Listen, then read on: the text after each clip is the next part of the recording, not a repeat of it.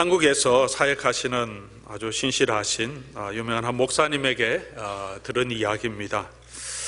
친구분 중에 한 분이 한국에서 사업을 하시는데 한국에서 제일 잘 나간다고 할 정도로 최고를 경험했던 친구가 있었다고 합니다. 그런데 사업이 실패해서 여러 가지 고난과 또 여러 가지 어려움을 경험하고 있었는데, 최고를 경험했다가 바닥을 또 떨어지는 그런 경험은 또 올라가지 못한 사람들은 이해할 수 없을 정도의 여러 가지 어려움이 있었을 텐데도, 견디기 힘든 그런 여러 가지 마음이 있었을 텐데, 한 번도 어렵다고 힘들다고 때로는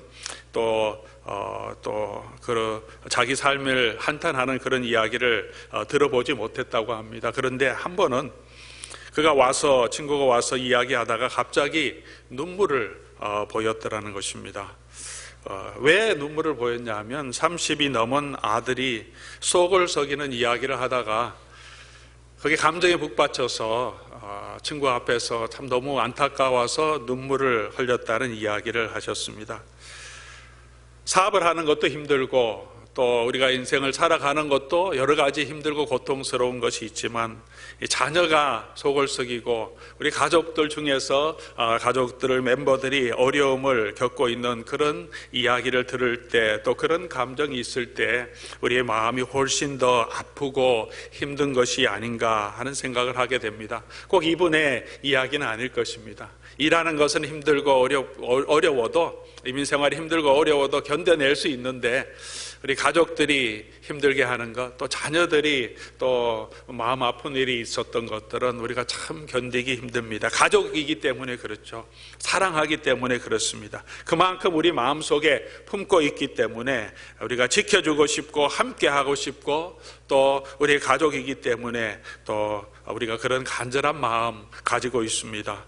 내가 어려울 때 우리 함께 해주고 지켜주고 또 견딜 수 있도록 든든한 또 지원자가 되어주는 것이 가족이 아니겠습니까?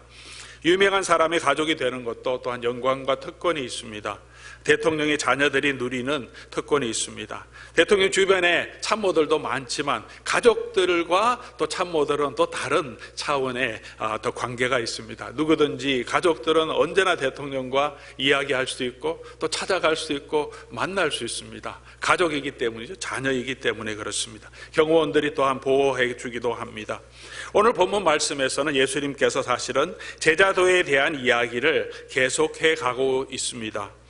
우리 3장 13절부터 예수님께서 12제자를 세우시는 이야기를 하고 있고, 그 후에 우리 예수님을 대적하는 서기관들이 와서 예수님이 하시는 일이 바알세부를 힘입어 이 일을 한다, 그렇게 예수님을 공격하고 있습니다. 그리고 그 이후에 예수님의 어머니와 동생들이 예수님이 찾아와서 예수님을 보자고 하는 이야기가 나오면서 예수님께서 누가 내 어머니며 동생들이며 내 가족들인가 하는 이야기를 하고 있습니다. 제자가 누구냐 하는 이 질문에 대해서 예수님께서 또 우리에게 말씀해 주시는 것은, 제자는 바로 예수님의 가족이다, 예수님의 형제다, 예수님의 자매다라는 것을 우리에게 말씀해 주고 있습니다. 하나님의 권속이라는 것입니다. 제자라고 할 때는 선생이고 제자는 선생을 따라가는 그런 관계에 있지만, 그 제자가 정말 누구냐 하고 더 질문을 한다면 예수님께서 오늘 이 본문에서 말씀해 주신 것처럼 그 제자들은 단순히 제자만이 아니라 하나님의 자녀들로, 예수님의 형제로, 하나님 나라의 가족으로 하나님께서 받아주신 사람이다, 그렇게 말하고 있습니다. 문학적으로 오늘 본문을 샌드위치 구조로 구성되어 있다고 말합니다. 학자들은 말합니다. 먼저 예수님이 12제자를 세우시는 이야기를 기록해 주고 있고, 중간에 또 바알세부를 힘입어 예수님께서 사역한다는 서기관들과의 분쟁을 기록해 주고 있고, 다시 그 말씀 후에 예수님의 가족이 누구인지를 설명해 주고 있습니다. 예수님의 제자가 누구인가 설명할 때 제자의 조건으로 나와 함께 있고 내가 보내서 전도의 일을 하게 하는 사람이 제자라고 말씀합니다. 예수님의 가족이 누구인가, 예수님의 형제와 자매와 어머니가 누구인가 말씀하실 때 동일한 내용들 예수님께서 다시 말씀하십니다. 3장 35절 보면 예수님께서 주위에 있는 자들을 둘러보시며 이르시되, 예수님이 함께 계신 자들이죠. 그리고 그들에게 이르시되 이 사람들이 내 형제요 자매고 내 어머니고 내 가족이다. 그리고 예수님께서 조금 더 구체적으로 35절에 말씀하시기를 누구든지 하나님의 뜻을 행하는 자가 내 형제요 자매요 가족이다. 그렇게 말합니다. 예수님과 함께 있고 하나님의 뜻을 행하는 자, 예수님이 함께 있고 보내사 예수님의 일을 하는 자가 제자이고, 예수님과 함께 있고 하나님의 뜻을 행하는 자가 또한 제자이면서 하나님의 자녀들이고, 또 예수님이 형제로 자매로 우리가 하나님의 패밀리로 만들어 주셨다고 예수님 우리에게 말해주고 있습니다. 오늘 이 본문 말씀을 통하여서 이 마가복음이 전해주고자 하는 메시지의 핵심이 무엇입니까? 이 마가복음은 원독자가 로마에 있는 성도들이라고 많은 학자들이 동일하게 이야기하고 있습니다. 또 마가복음이 쓰여졌던 가장 첫 번째 그 시간은 60년대 말에서 그리고 70년대 초까지 그 시기에 쓰여졌을 것이라고 많은 학자들이 대부분 동의하고 있습니다. 60년대 말이면 어떤 때냐 하면 네로 황제가 로마에 있는 그리스도인들을 굉장히 핍박할 때입니다. 사도 바울도 베드로도 바로 이 네로 황제의 핍박 아래에서 처형을 당했던 그 시기입니다. 바로 그 시기에 핍박을 당하고 핍박을 경험하고 여전히 어려움 가운데 있는 로마에 있는 성도들을 향하여서 사도 이 마가복음은 기록되어 있고 전해졌다는 것입니다. 그들에게 예수님이 누구신지를 말씀해 주고 있으면서 또한 제자들이 누구인지를 마가복음은 선포하고 있습니다. 네로 황제 아래에서 핍박과 환난을 당하고 비밀스러운 사교 집단에 가입했다는 모함을 받고, 또 그리스도인들이 로마 시리에 불을 질렀다는 테러리스트라는 누명을 쓰고 검투장으로 보내지기도 하고 전 재산을 몰수당하기도 했습니다. 사회에서 온갖 순환과 고난을 당하고 있는 성도들에게 이 말씀이 어떤 의미가 있었겠습니까? 여러분, 단순히 예수님의 제자입니다. 그렇기 때문에 목숨을 걸고 예수님처럼 고난을 당해야 합니다. 그런 메시지도 분명하게 있습니다.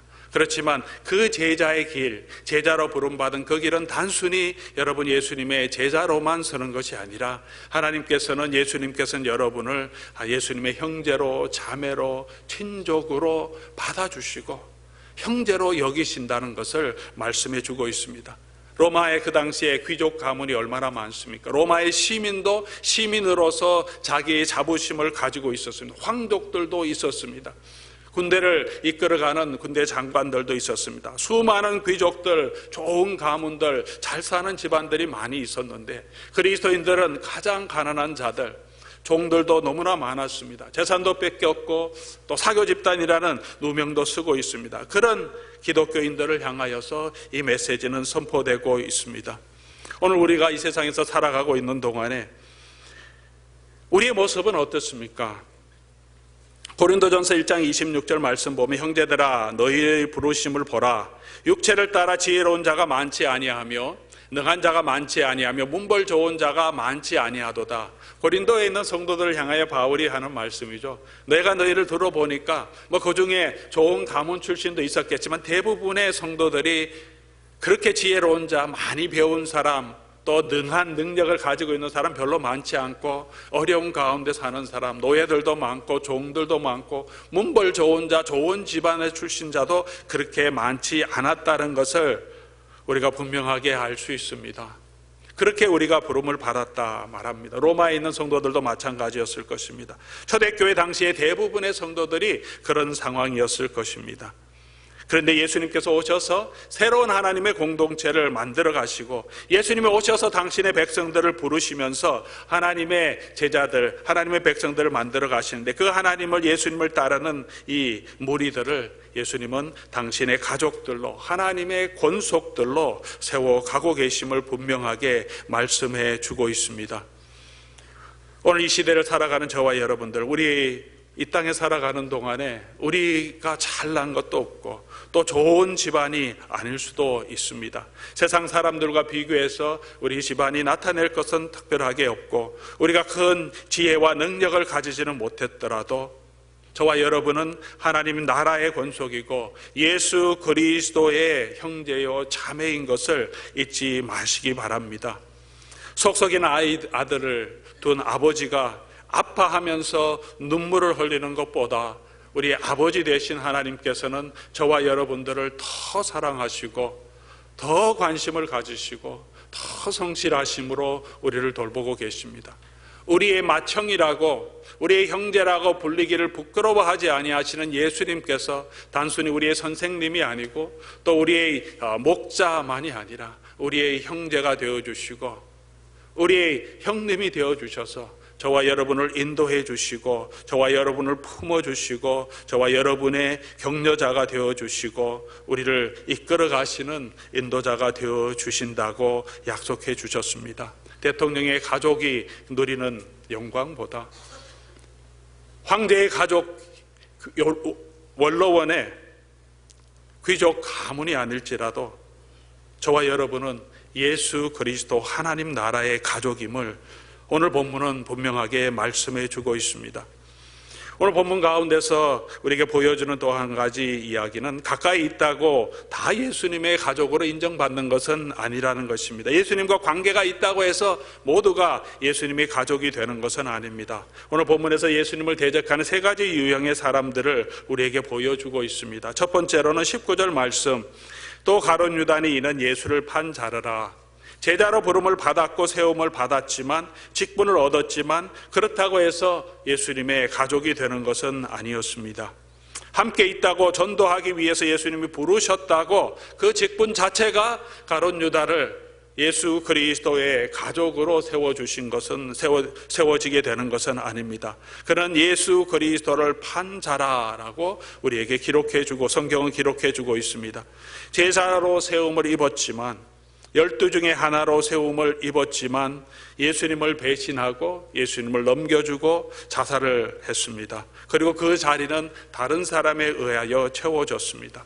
어떤 직분을 우리가 가지고 있느냐가 저와 여러분이 예수님과 더 가까운 사람, 또 예수님의 가족으로 만들어 주시는 것은 아님을 분명하게 보여주고 있습니다. 목사라고 해서 더 하나님께서 그 직분 때문에 하나님과 더 가깝고 예수님과 더 가까운 사람이 아니고 장로이기 때문에 선교사이기 때문에 권사이기 때문에 저와 여러분이 가지고 있는 그 직분 자체가 저와 여러분을 예수님과 더 가까운 사람으로 만들어 주지는 않는다는 것입니다.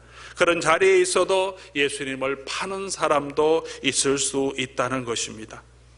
두 번째로는 혈연적인 관계가 예수님의 제자, 예수님의 가족이 영적인 가족이 되는 것은 아닙니다. 21절 우리 말씀 보면 예수의 친족들이 듣고 그를 붙들러 나오니 이는 그가 미쳤다 함이러라. 친족들이 예수님이 미쳤다는 소문을 듣고 나와서 잡으려고 합니다. 아마 이 친족들이 우리 31절부터 나오는 예수님의 어머니와 동생 예수님을 찾아왔던 그분들이었을 것으로 짐작이 됩니다. 미쳤다 그런 소리를 듣고 찾아 나옵니다. 예수님과 혈연적인 관계를 가지고 있지만 예수님을 알지 못하고 예수님이 하시는 일을 알지 못합니다. 소문만 듣고 예수님이 미쳤다고 생각합니다. 예수님의 혈통적인 어머니와 형제들을 결코 무시하지는 않았습니다. 공경하고 돌보았습니다. 하지만 그런 혈통적인 관계가 그들을 예수님보다 더 친하고 예수님에게 대해서 내가 더 예수님과 관계가 있다고 특별한 관계를 보장하는 것은 아닙니다. 세 번째로 율법에 대한 지식이 예수님과 더 특별한 관계를 맺는 것도 아님을 성경은 분명하게 보여주고 있습니다. 22절 말씀 보면 예루살렘에서 내려온 서기관들이 예수님을 대적합니다. 이제까지는 갈릴리 동네에 있던 서기관들과 바리새인들이 예수님을 대적했는데 오늘 본문은 예루살렘에서 내려온 서기관들이라고 말합니다. 예루살렘에서 내려왔다는 것은 서기관들 중에서도 가장 학식이 있고 권위를 가지고 있는 사람들이 아마 예수님의 소문을 듣고 점검하기 위해서 내려왔는 상황일 수도 있습니다.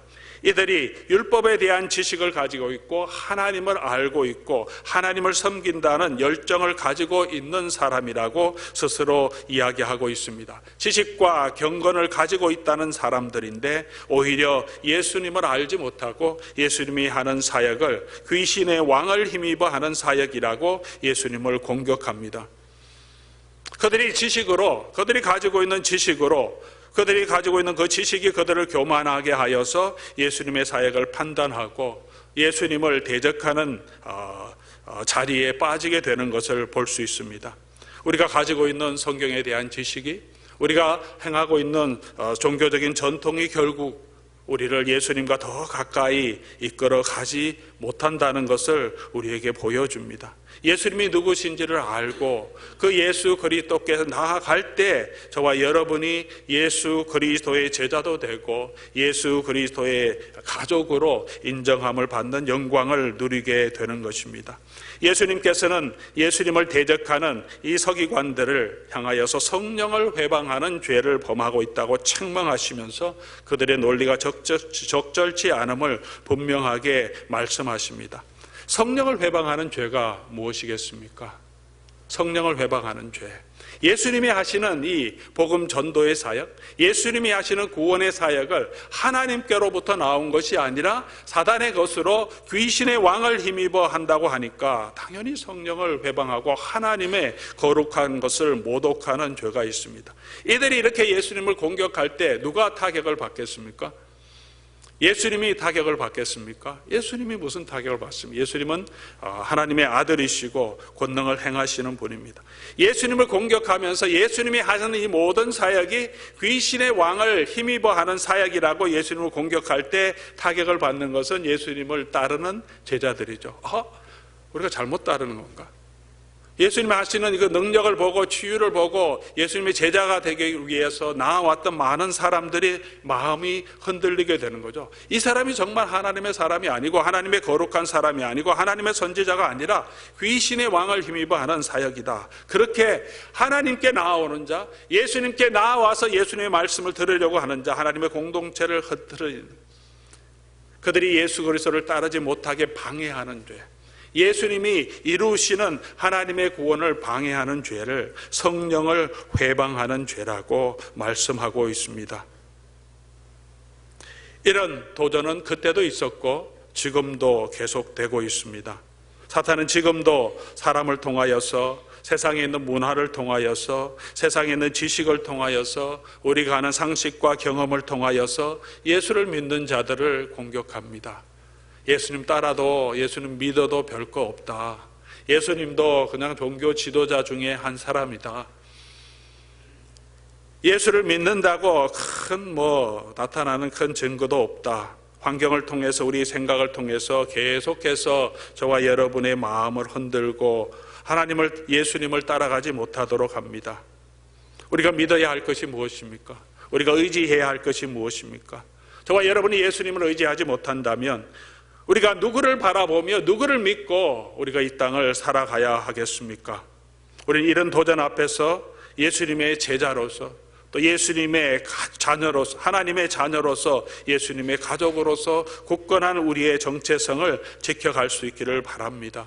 그러면 누가 예수님의 제자며, 누가 예수님의 어머니며 동생들이며 예수님의 가족이 되겠습니까? 34절에서 35절 말씀이 핵심입니다. 둘러 앉은 자들을 보시며 이르시되 내 어머니와 내 동생을 보라 하시고, 또 35절에 누구든지 하나님의 뜻대로 행하는 자가 내 형제요 자매요 어머니라, 그렇게 말씀하십니다. 두 가지를 반복해서 말씀하시죠. 내 어머니와 내 동생들을 보라. 둘러 앉아 있는 사람들을 향하여서 이 사람들을 보라, 내 어머니와 내 동생들이다.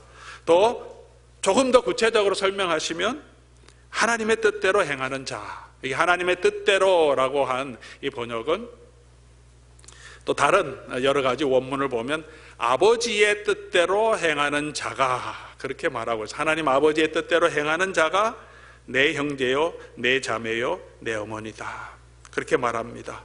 이 두 가지 말씀을 종합해서 보면 몇 가지 우리가 예수님의 가족, 하나님의 자녀가 되는 몇 가지 중요한 원리들을 우리가 발견할 수 있습니다. 첫 번째로는 우리가 하나님의 자녀, 또 예수님의 가족, 형제가 되기 위해서 우리가 해야 할 것은 예수님을 영접해야 합니다. 가족의 특징이 뭡니까? 식구라고 우리가 얘기할 때 함께 먹고 마시는 사람이 가족입니다. 예수님의 가족이 누구입니까? 예수님과 같이 있고 함께 먹는 사람들. 그래서 예수님께 둘러보십니다.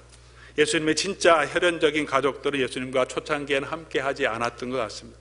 후반기에는 예수님이 예루살렘을 가실 때 예수님의 어머니 마리아도 동행했던 사실을 기록하고 있지만, 오늘 본문의 근거에서 보면 마리아도 예수님과 초기 사역 때 같이 하지 않았던 것을 봅니다.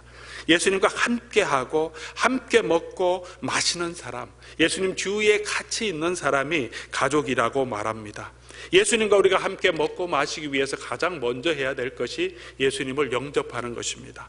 예수님께서 라오디게아 교회에 명령하실 때 계시록 3장 20절에 이렇게 말씀하십니다. 볼지어다 내가 문 밖에 서서 두드리노니 누구든지 내 음성을 듣고 문을 열면 내가 그에게로 들어가 그와 더불어 먹고 그는 나와 더불어 먹으리라. 가족이 된 거죠. 예수님이 모시면, 문을 열고 예수님을 맞아들이면 예수님과 함께 먹고 마시는 교제를 누리게 되고 예수님의 제자가 되고 예수님의 나라에, 하나님의 나라의 권속이 되고 예수님의 형제와 자매가 됩니다. 예수님께서 밖에서 문을 두드리시고 기다리고 계신다고 말하고 있습니다.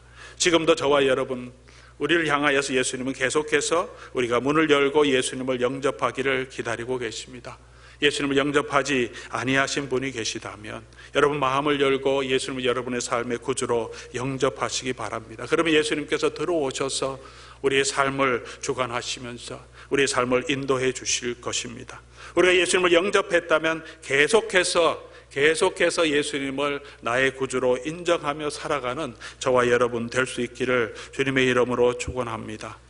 영접하는 자고 그 이름을 믿는 자들에게는 하나님의 자녀가 되는 권세를 주셨으니, 요한복음 1장 12절 말씀입니다. 우리가 하나님의 권세, 하나님의 패밀리, 하나님의 아들과 자녀가 딸들이 될 수 있는 조건이 바로 영접하는 자, 그 이름을 믿는 자들이라고 말하고 있습니다.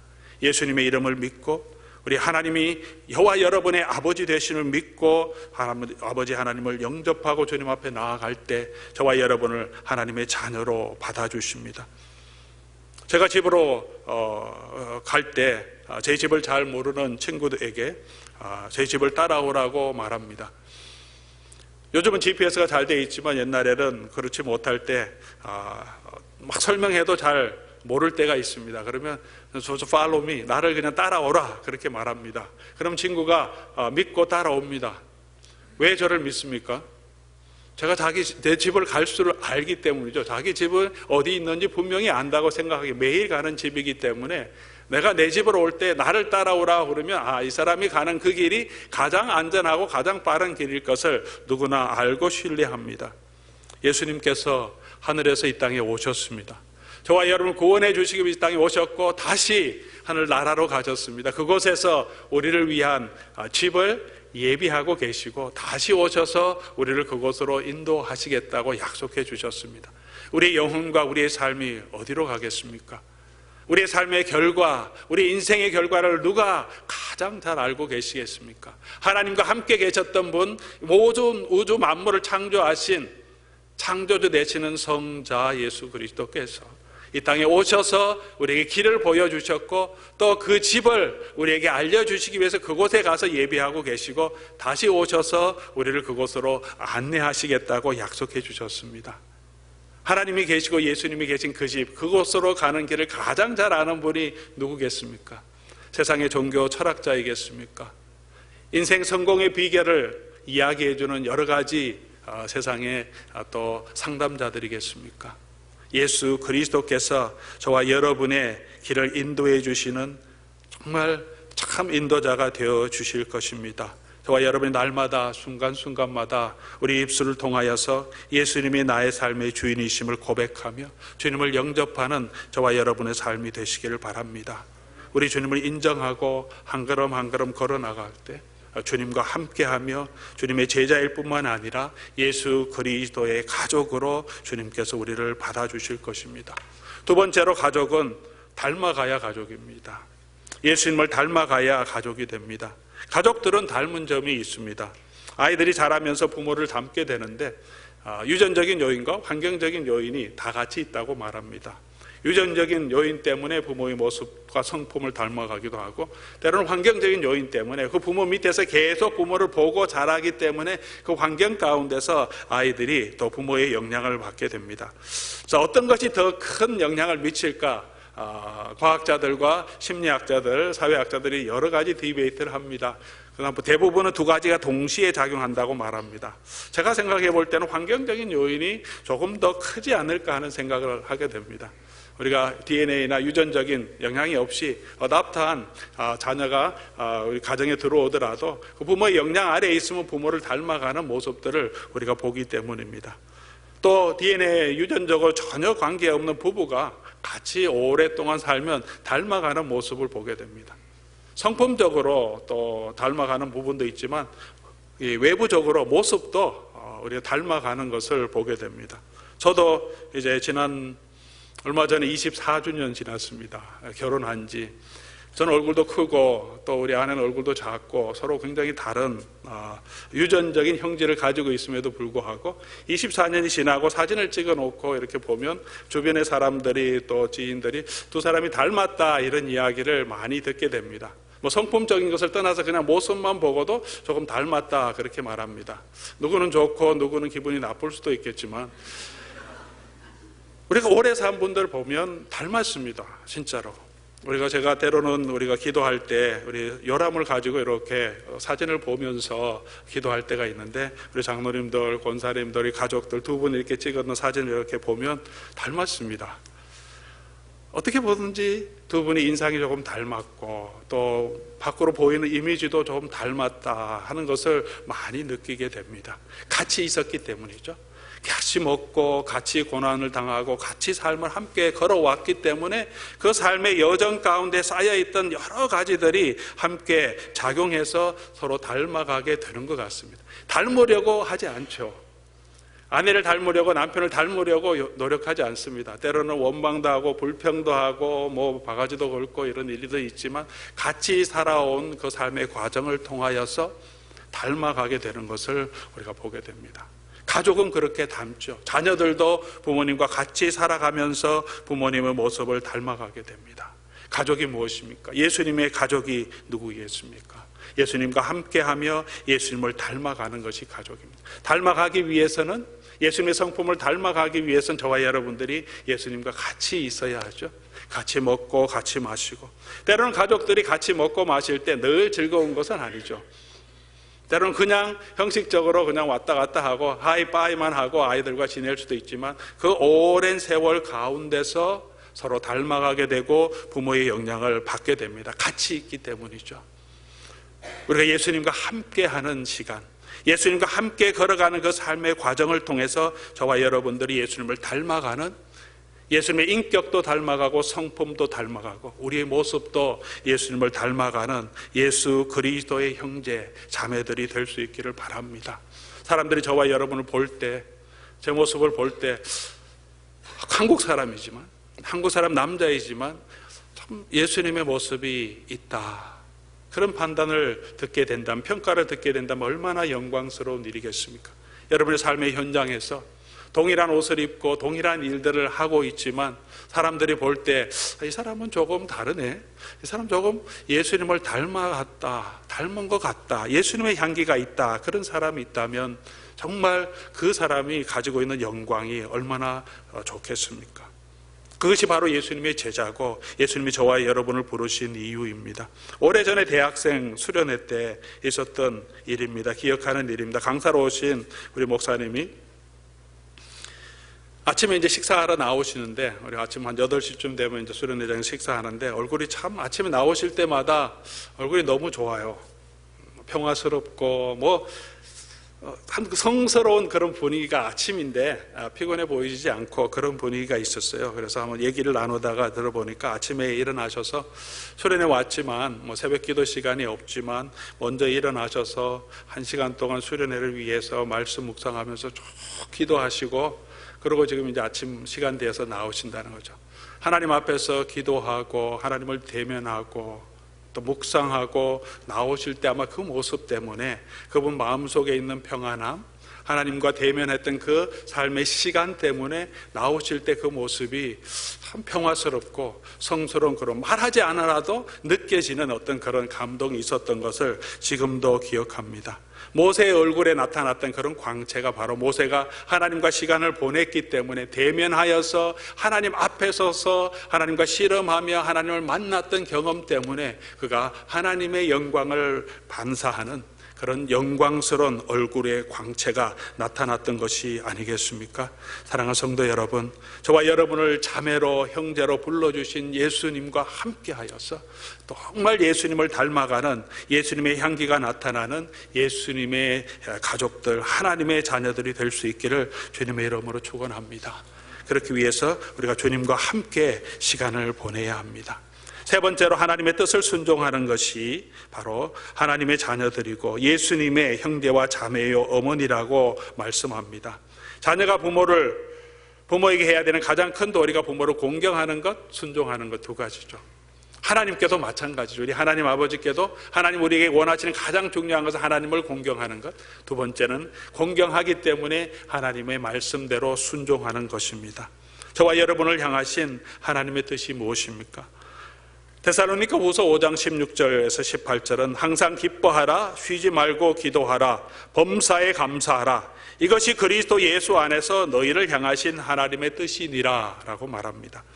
또 데살로니가 전서 4장 3절에는 하나님의 뜻은 이것이니 너희의 거룩함이라 라고 말합니다. 하나님의 뜻은 우리의 거룩함이고 하나님의 뜻은 하나님 아버지께서 저와 여러분을 붙들고 계시기 때문에 우리의 아버지가 되어주시기 때문에 우리가 어떤 환경에 있든지 아버지 안에 있는 아들처럼 자녀들처럼 기뻐하는 것, 그리고 쉬지 않고 하나님께 간구하는 것, 그리고 범사에 하나님이 주시는 은혜에 감사하는 것, 이것이 경건이고 또 이것이 거룩한 삶을 살아가는 가장 기본적인 우리의 삶의 자세가 될 줄 믿습니다. 오늘도 저와 여러분들이 우리 주님을 구주로 고백하며 예수님과 함께 거하며 예수님을 영접하고 또 우리에게 주신 이 아버지의 뜻을 순종하여 예수 그리스도의 가족으로 예수 그리스도의 형제로 세워져 가는 저와 여러분 될 수 있기를 바랍니다. 우리를 불러주시고 제자를 삼아주신 우리 예수님께서는 단순히 우리가 제자가 아니라 하나님의 자녀들로 예수님의 형제요 자매로 불러주셨고 그렇기 때문에 예수님이 가지고 있는 모든 영광을 함께 나누는 그런 같은 상속자로 저와 여러분을 불러주셨습니다. 요한일서 3장 1절에 이런 말씀이 있습니다. 보라, 아버지께서 어떠한 사랑을 우리에게 베푸사 하나님의 자녀라 일컬음을 받게 하셨는가 우리가 그러하도다. 보라, 아버지께서 어떠한 사랑을 우리에게 베푸사 하나님의 자녀라 일컬음을 받게 하셨는가.